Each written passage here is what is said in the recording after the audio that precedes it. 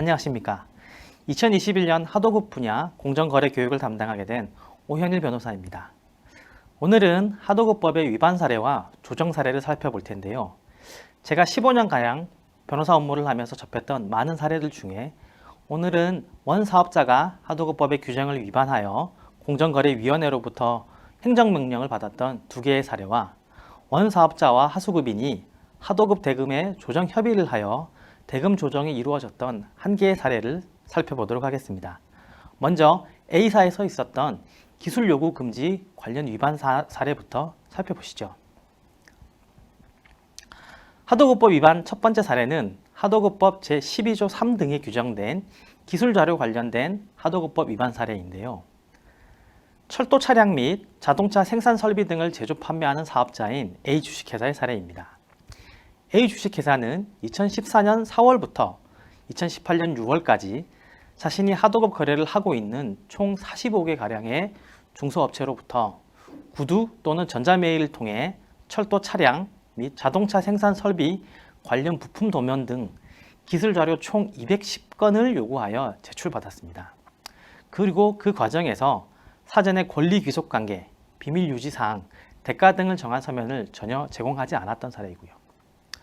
그런데 우리 하도급법은 제12조 3 및 관련 시행령 규정에서 원사업자는 반드시 정당한 사유가 있는 경우에만 하수급인에게 기술 자료를 요구할 수 있으며 그와 같은 요구를 하는 경우에도 반드시 첫 번째 기술 자료의 명칭 범위, 두 번째 기술 자료를 요구하는 목적, 세 번째 비밀 유지의 방법, 네 번째 기술 자료의 권리 귀속 관계, 다섯 번째 대가 및 대가의 지급 방법, 여섯 번째 요구일, 제공일, 제공 방법, 일곱 번째 그 요구가 정당함을 입증할 수 있는 내용 등 7개 항목이 기재된 서면을 하수급인에게 제공하고 그와 같은 기술 자료를 제공할 것을 요청할 것을 강제하고 있습니다.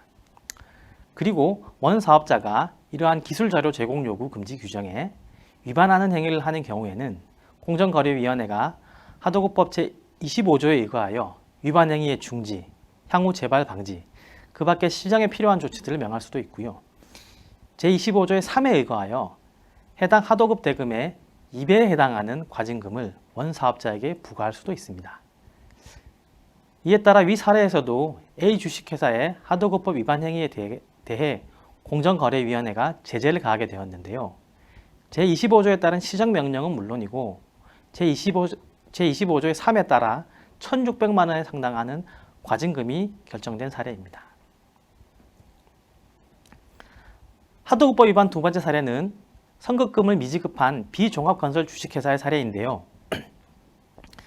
B종합건설 주식회사는 발주처로부터 울산 울주군에 소재한 복합석유화학시설 건설공사를 도급받아 수행하면서 그중 철근 콘크리트 공사를 하수급인에게 하도급하였습니다. 그런데 이 B종합건설은 자신은 발주자로부터 원도급 계약 착수를 위한 선급금을 수령하고도 하수급인에게는 그 선급금을 전혀 지급 혹은 배분하지 않았던 것이죠. 지난 시간에 살펴본 것처럼 우리 하도급법은 제6조에서 원사업자가 발주자로부터 원도급 계약의 착수와 진행을 위해서 선급금을 지급받는 경우에는 그 지급받은 날로부터 15일 이내에 하수급인에게도 선급금을 배분하여 지급하도록 규정하고 있습니다. 이는 하수급인이 하도급 계약의 수행에 착수하고 진행을 할 수 있도록 하기 위한 것인데요.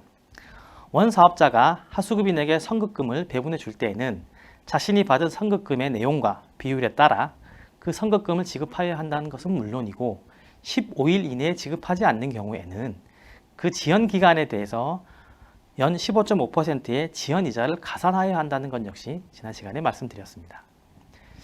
이에 따라 이 사례에서도 원사업자인 B종합건설의 선급금 미지급 행위에 대하여 공정거래위원회가 제23조에 따라 원3조인 B에게 재발 방지 명령을 내린과 동시에 미지급한 선급금 2억 3천가량 그리고 거기다가 가산되는 지연이자 340만 원의 지급도 명령한 것이지요.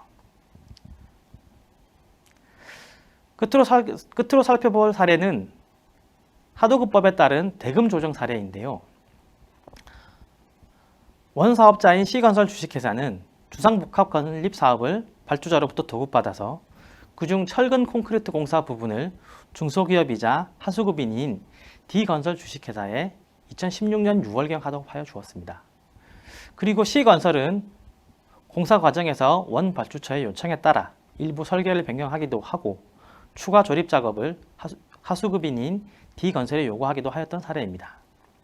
이에 하수급인인 D건설은 2016년 9월경 도면 변경과 그에 따른 추가 조립 작업에 대한 추가 대금을 정산해 줄 것을 요청하기도 하였고요. C건설에게 여러 차례 협조문을 발송하여 타워 노조 파업, 시공 도면 변경 등에 따른 공사비 과투입 문제 해결을 요청하기도 하였습니다. 그리고 2018년 2월에 공급 원가 변동에 따른 하도급 대금의 조정 신청을 공식적으로 신청했던 것이고요.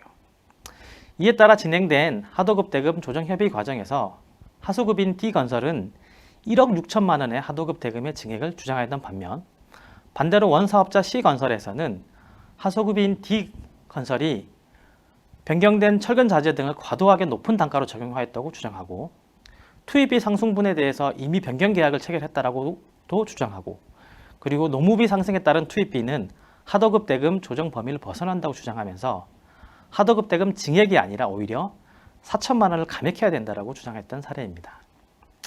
이 사례에서 하도급 대금 제16조 2에 따라 공급 원가 등의 변동으로 인한 하도급 대금의 조정이 이루어진 사례인데요. 최종적으로는 양자 간의 조정 협의 끝에 총 8천만 원의 하도급 대금 증액으로 조정이 성립된 경우였습니다. 이상과 같이 A사의 기술 요구 금지 위반 관련 사례와 B종합건설 주식회사의 선급금 지급 관련 하도급법 위반 사례, 그리고 C건설사와 D건설사 사이의 하도급 대금 조정 협의 사례를 살펴보았는데요. 실제 제가 중소기업은행에서 근무하면서 그리고 법무법인에서 일하면서 직접 보거나 다루었던 사례는 이외에도 많이 있었습니다만 대표적으로 이상과 같은 3개의 사례만을 살펴보았습니다. 요즘도 많은 중소기업에서 하도급 거래 과정에서 발생하는 이른바 갑질로 불리는 불공정 행위 등을 많이 접하고 계실 텐데요. 근본 하도급 분야 공정거래 교육에서도 살펴본 바와 같이 우리 하도급 거래 공정화에 관한 법률은 생각보다 다양하고 많은 제도와 규정으로 하수급인의 권리를 보호하고 있음을 확인하셨을 것이라 생각합니다. 모쪼록 근본 강의를 통하여 하도급법의 여러 제도를 잘 이해하시고 현재 수행하는 업무 처리에 많은 도움이 되시기를 바라겠습니다. 감사합니다.